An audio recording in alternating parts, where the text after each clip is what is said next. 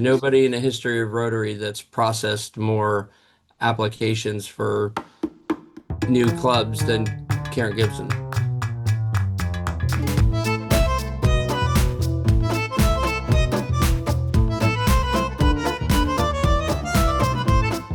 All right, well, welcome back to Membership Unplugged. I'm Todd Shepard, and I'm here with my co-host Patrick Longano.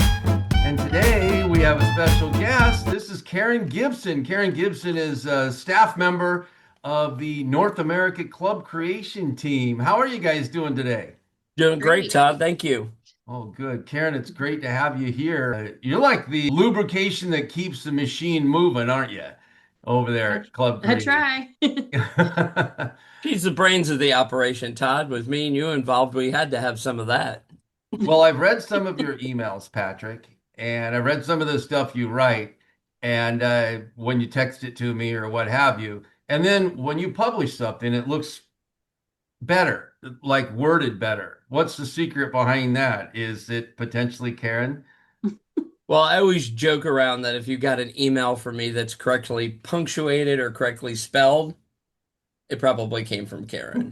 So I'm on to the next thing, man. I'm just cruising. The It's like, ghost writer yeah. behind the North America Club Creation Team. So what we're talking about for our listeners is the Club Creation Team is cadre, right? That's the term you use, a cadre of people that Yep. volunteers that get together and help Rotary clubs start new Rotary clubs, whether it be a standalone club or a satellite club, companion club, impact club, even a Rotaract club or Interact club. That's where people go. They download a simple app and they get to book an appointment with a specialist, someone who's walked that path, knows all the things that need to get put together to make it easy to start that club. Mhm. And when we get that all put together, then it funnels into Karen. So let's talk a little bit about that. I mean, I think one of the reasons that people don't start clubs or that they hesitate, or maybe it takes, it took me 3 years ago, we tried doing a club and it didn't work, is kind of because the paperwork can sometimes be a mystery, right? Exactly. I mean, and part of it is people are very excited and they've thought about what they want their club to look like. And that doesn't always fit into official paperwork. Not just Rotary, anywhere. If you have something you're really excited about and now it's time to fill out a form, it can be hard to translate your vision into the form.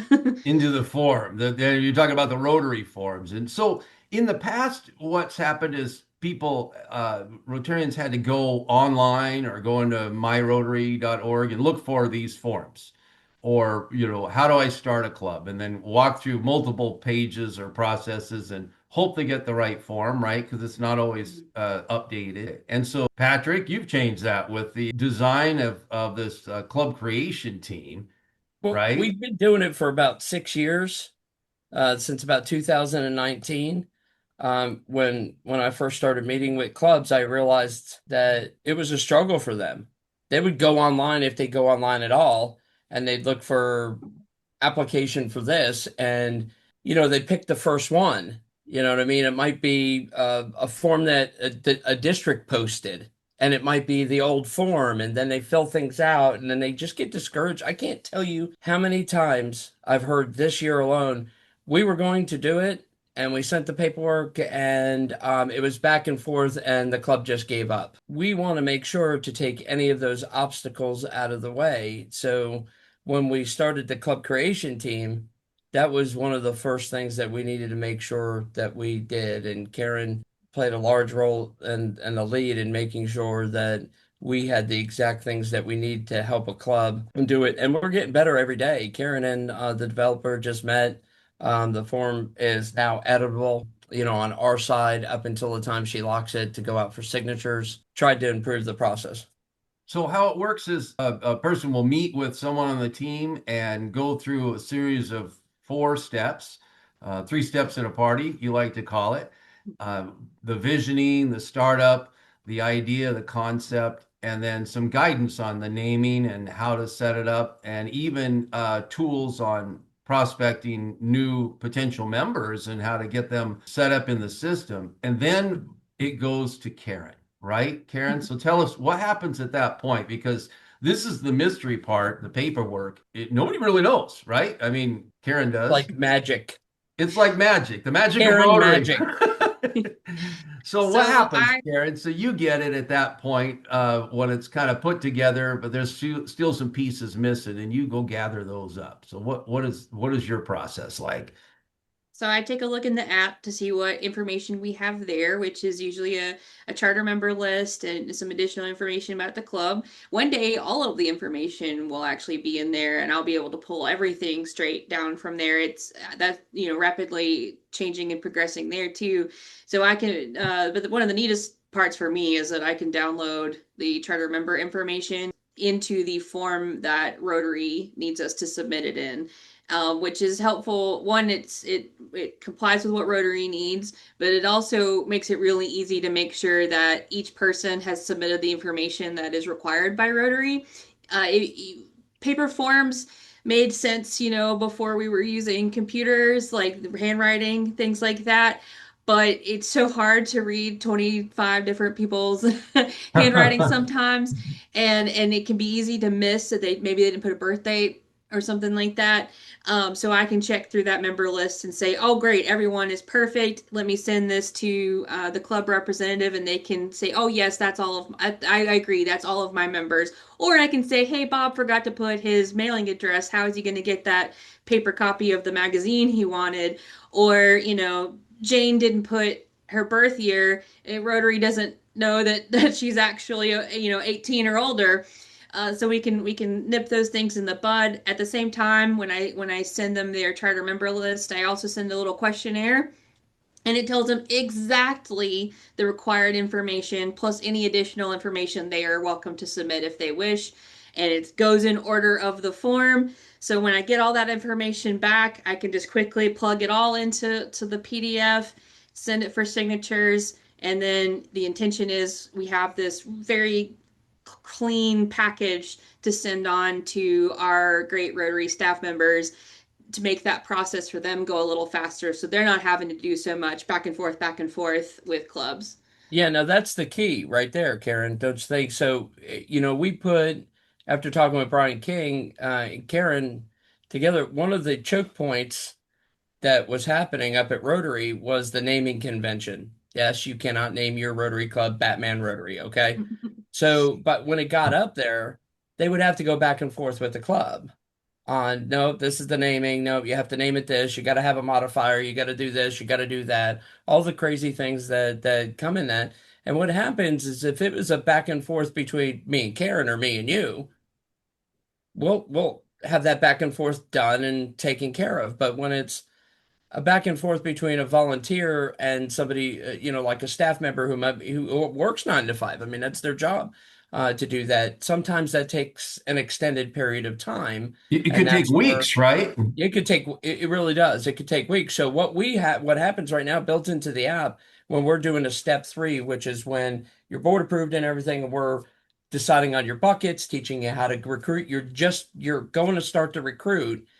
The name, we'll put the naming convention in there, and when we save it, it sends an email up to the folks at Rotary so they can get that name pre-approved. So by the time they're done recruiting, Karen's putting the thing together, that package is going up clean, like Karen said. And it's got a pre-approved name. And that's the key. They had a guy, Todd, you and I were closely related with the car business for a long time. And it was so funny because you pride yourself on sending your paperwork into the bank or to anything like this. And if it's correct, you know that those people over there have stacks of paperwork to do. But we always prided, they'd say, man, your stuff comes in so clean. Anytime I see one of yours, I put that sucker right to the top. I get that one done because I know it's going to be done quickly. I'm not going to have to call and ask for anything. It's ready to go. And that's the reason why it's really, really important to make sure it goes in clean. So if we call you and say, hey, man, or Karen, like she said, hey, listen, I got your information. We are missing a birth date, or we need to discuss this modifier. It's because we're going back and forth on an instant basis with the people. We get that information and then it goes in clean to Rotary. They're not having to go back and forth with which, like you said, could take, a lot longer on that. So, Karen, if Karen sends you something back, it's because, I mean, Karen, you've done a couple of hundred of these. I think you've done every single application that I ever did, since we got started back in 2019.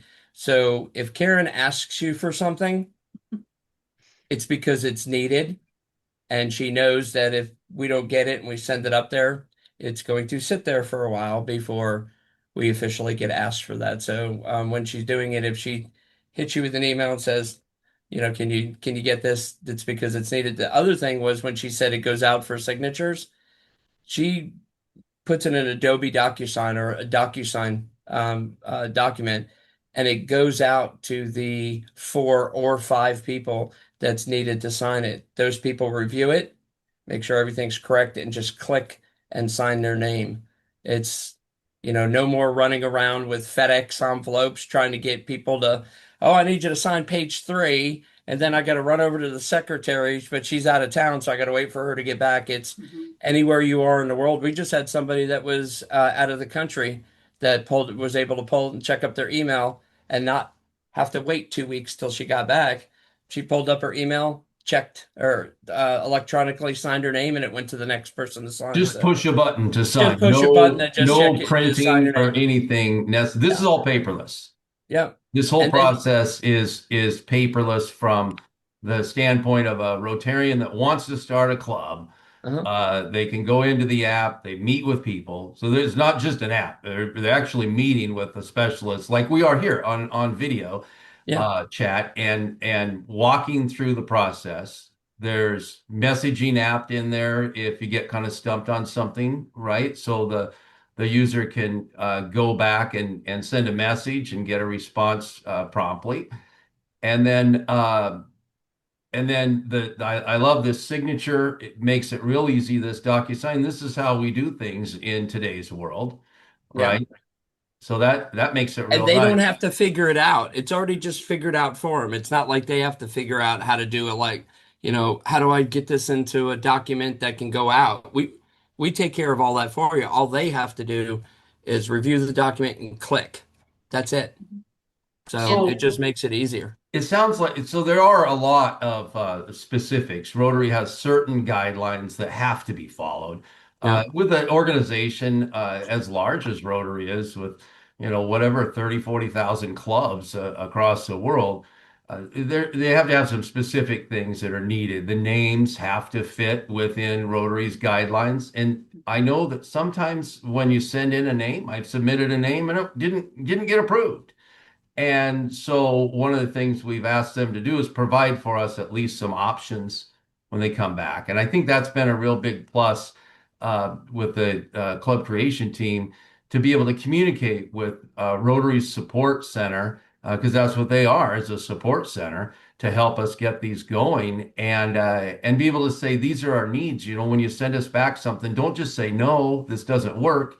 Tell us, give us 2 or 3 options that might work, and then you send that back, right? You send that back to the contact, and then they say, yeah, that'll work for us, or we don't like it, right? I mean, that usually goes pretty smooth, doesn't it, Karen? yes, usually, as long as you have like a few people like to have choice. So if you say we can't do exactly what you wanted, but look at these different options you have, people will almost always go, "Oh, okay, well then I'll take that one there." And not a lot of times people don't realize it wasn't that they wanted to defy convention. They just didn't know that there was a method behind something like choosing a name for a Rotary Club. And I think that some don't realize that when you do have the name, it's not necessarily how you refer to your club on a day-to-day basis or even on your Facebook page, because Oh the yeah. names are the Rotary Club of blank or the Rotary Satellite Club of blank. Well, we wouldn't call ourselves that on a regular basis. You'll just call yourself, whatever Rotary Club. Well, they Uh, understand that you're going to market it slightly different than what you're doing. You know what I mean? Rotary's a big ship, and sometimes it takes a long time to turn it.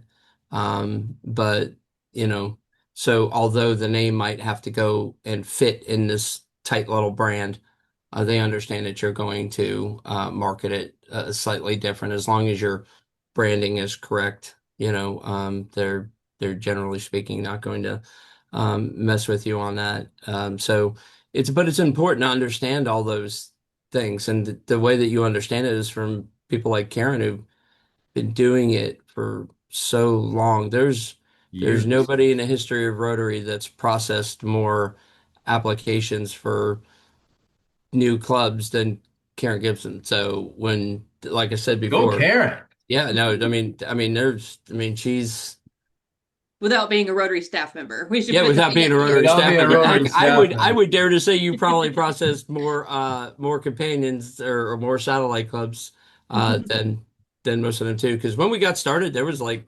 213 or something. There's over 500, and we've done a lot of those. So Wow. you've done a heck What a of. way to grow. Now, one of the most popular clubs that we see formed right now, arguably, would be a satellite or a companion club, right? Hmm.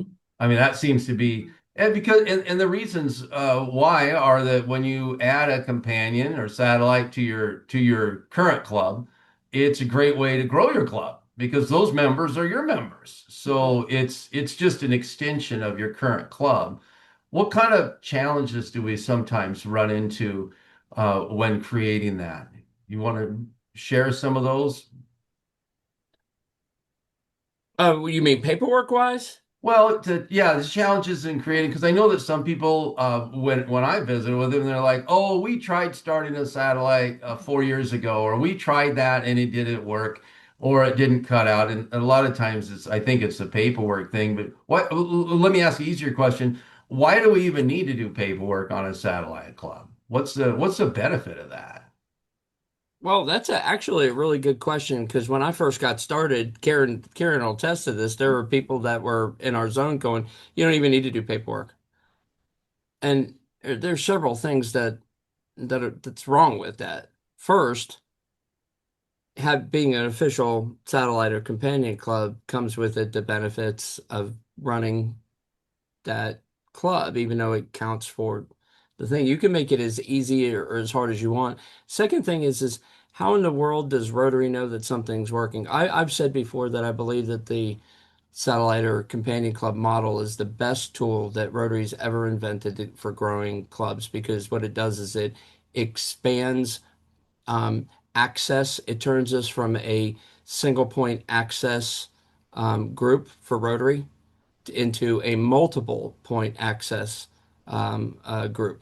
So, and what I mean by that is, for so long since 1905, we meet at Tuesdays at 12:30. Can you fit that in your nice little box? By having a companion or a satellite club, maybe an alternative time or a different format, it enables us to have choice. Instead of just having to meet Tuesdays at 12:30, you can have a choice between meeting Tuesdays at 12:30 or meeting at an after hours club or a breakfast club, one of their other things. And how is Rotary going to know that those things are working unless you do the things properly? Now, once all of a sudden they see that it took them 10 years to go to, 2013 to 2023 to go to 213, and now all of a sudden that's quadrupled or tripled in size in 3 years. Oh my gosh, this is working. Maybe we should put some oomph behind it. Maybe we should push this. Todd, I'm really, really glad you asked that question because I was talking with Vicky Polans today, or the other day, the wonderful trustee of the foundation, and she's just an incredible speaker. If you get a chance to see her speech for pet season, it was called The Power of Love, and it was absolutely incredible. And we love our foundation, but we were talking membership as well because she's the hammer in that too. And I told her that I was envious of the foundation and their messaging because over on the membership side, it's always you know, uh, rip off and duplicate. Take that, do this, do this, do this. And being a marketer and a salesperson, I've always been, every time you do that, you reset the momentum at zero. And so I was thinking about the foundation when I was talking with her, and I said, "Could you, in my mind, I was like, could you imagine anybody taking end polio now and switching it to, yeah, I don't like the way that sounds. Let's just change the messaging just for our club." So, um, the biggest challenge that I see that we face is that we don't have common language. We might get a goal, and I think that Larry Lunsford and uh, our president-elect Yinka and everybody on the board has really set a moonshot goal for 2030, 25,000 net new members every single year to get to 1.25 before Chicago. And I think that's a moonshot goal. Do I think we can get there? Yeah, I think we can, but I think that we all need to start rowing in the same direction. So, that's an important thing to do, and satellite clubs and companion clubs are going to be the way to do it because you're increasing access points. And if you increase access points and flexible and you're flexible, you'll create an environment of belonging, and people will come in droves. So.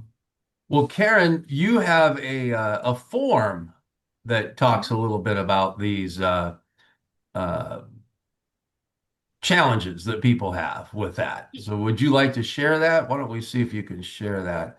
I'll turn that Oh, on. actually, it's a statement I was going to make. Just that I think part of the challenge with the paperwork, actually the Satellite Club and Companion Club paperwork is really easy, but the challenge is coming from the identity, like what is a satellite or companion club, and what does it mean to have an official one with Rotary?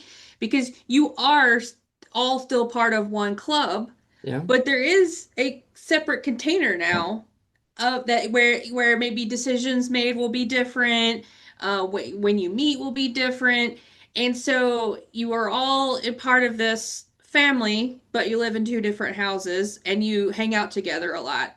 And so when filling out the paperwork, sometimes I think people get confused because, well, sometimes they'll try to they want to answer my questions with, well, Bob's going to be the chair, but Bob's not going to be on that charter list form, which is not how it works. If Bob's going to be the chair, then Bob needs to be on the list of charter satellite. It's not really called a charter, but charter satellite members because he's part of the satellite. That doesn't mean he's no longer part of that home club. It also doesn't mean he's getting billed twice because that comes up a lot. But if he wants to be the chair, he needs to be a part of this separate household. Same family, slightly separate household. Maybe you're still connected with a little pass through, and you can still go to each other's meetings. You can have parties and service projects together, but the paperwork shows that you are allowed to have some identity differences from the umbrella of your host club. Great, and it has its own rotary number as well. Mm-hmm. I'm glad you brought up a little bit about that same house or same family, different household. A lot of clubs and districts will use tools like DACDB or Club Runner to manage their club, right? And so when you go in there, you see your member list, and some people ask questions like, "Well, how do I know who's who and who's separate?" And a lot of times for billing purposes, because if you have a companion club, it's not uncommon for the companion club. Part of it isn't just meeting at a different time, but another barrier that we run into is money, right? And so if you've got a club where you're charging for breakfast or something or lunch, and your companion club meets maybe at a pub in the evening or something, and a couple of times a week, they aren't going to need to pay for that breakfast or lunch. Their dues can be reduced considerably. And so being able to separate that, uh, I know that you can do that, and it separates, you've got your members on your list, and then a separate tab is created within that list that has the satellite club, the companion club is there on that tab. So you can toggle between the two, and you can see who's dedicated to that each club. And when it comes to billing purposes, that makes it real easy for the treasurer because there's another question is, oh, how much more work are we going to have to do when we create this? That's it. And I think Yeah. it's taken, and I can't speak specifically for Club Runner because I don't really use them myself, but I know DACDB has a nice separate way to separate them, and it's real simple. And it's nice to be able to look at that, and you can see your satellite club members and your parent club members separated for billing purposes. My guess is Club Runner probably It's has that. virtually the same, and they support, Okay. doing growing Rotary just as much as the other ones, do. And people know that I'm associated with DACDB, but it's 100% separate from our So they club both do creation that. deals. But both major platforms in North America really support, membership growth by doing things like you were just talking about, in, areas that allow them to behave, make things easier. Like you said, the treasurer, people don't do this for several reasons. They don't think it's allowed. Mhm. I mean, the Hmm, first 2 years, we were, I mean, every single thing, this isn't allowed. You're not allowed to do this. You're not allowed to do this. We had to have, you know, here's an email saying it is allowed. People don't do it because they think it's going to put undue stress, on their officers, treasurer, like you were saying, sure. secretary, For billing or that sort of whatever. thing. And when you show that it's not, because of a lot of automations and same house, kind of deal, maybe different wing of the house, they go, oh gosh, I've never had anybody go, oh my God, it's so much harder. It's like, oh wow, I didn't realize that it would virtually add no extra work on there. Then the money, um, uh, cannibalization of the clubs. I mean, there's a lot of things that happen there. Yeah, I The hear one, that. I hear that when you say cannibalization. I hear that uh, some people say, "Oh, what happens? People are going to leave our club and go over to the satellite club. They're going to leave our club." Well, they're not leaving your club. They're still in your club. They're just going to be meeting at a different time. And yeah, if you and we think have about we it, have the documentation, and Rotary has the documentation that will show that whenever people do this or start a new club, 80% of the people are new to Rotary.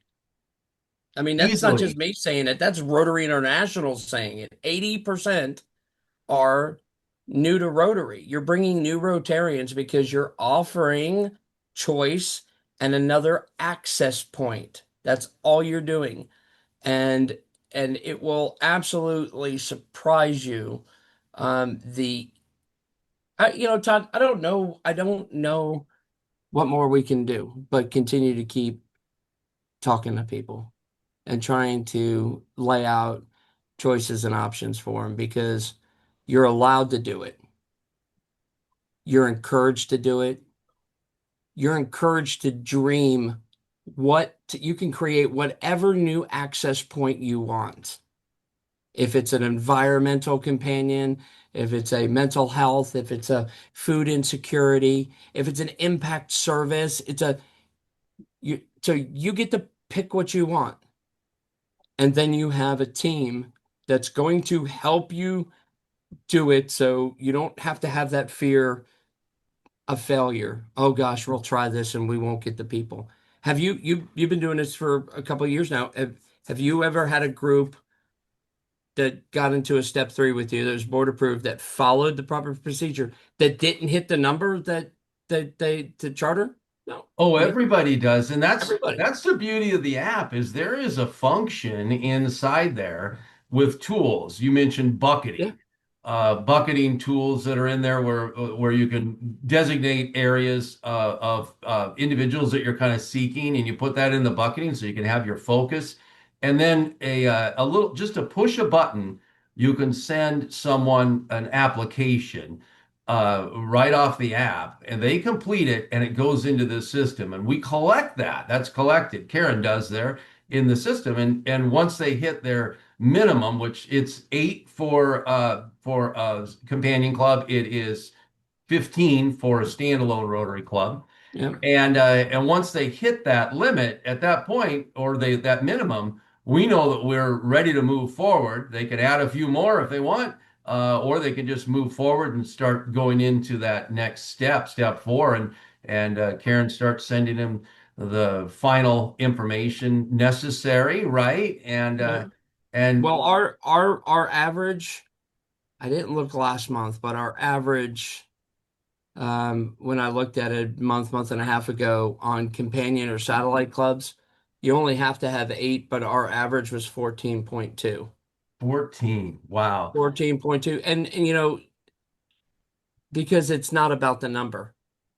We can keep lowering the bar if we want to, or we can teach people, coach people, work with people on their recruiting and attracting practices by teaching them things like bucketing and how to do that, micro recruiting, all those different things that we teach during this program.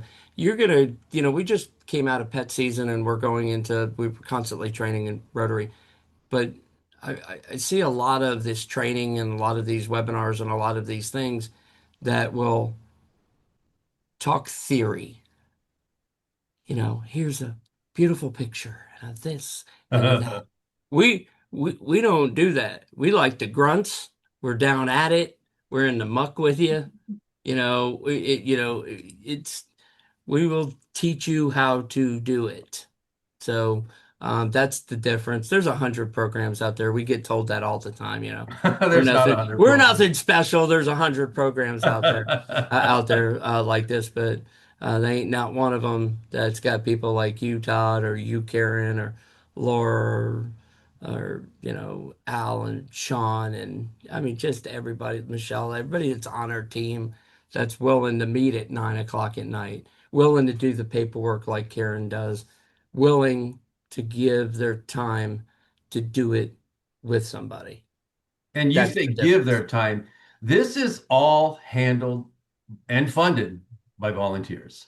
So that means that if one of our listeners here today is a Rotarian and you're interested in growing your club or starting a new club or starting a companion club to help grow your club, if the average that we're bringing in is 14.2, maybe two of them come from the parent club and want to head this up. That means you're adding 12 new members to your club. 12. Can you imagine growing your club? And you're not limited to one companion club, right?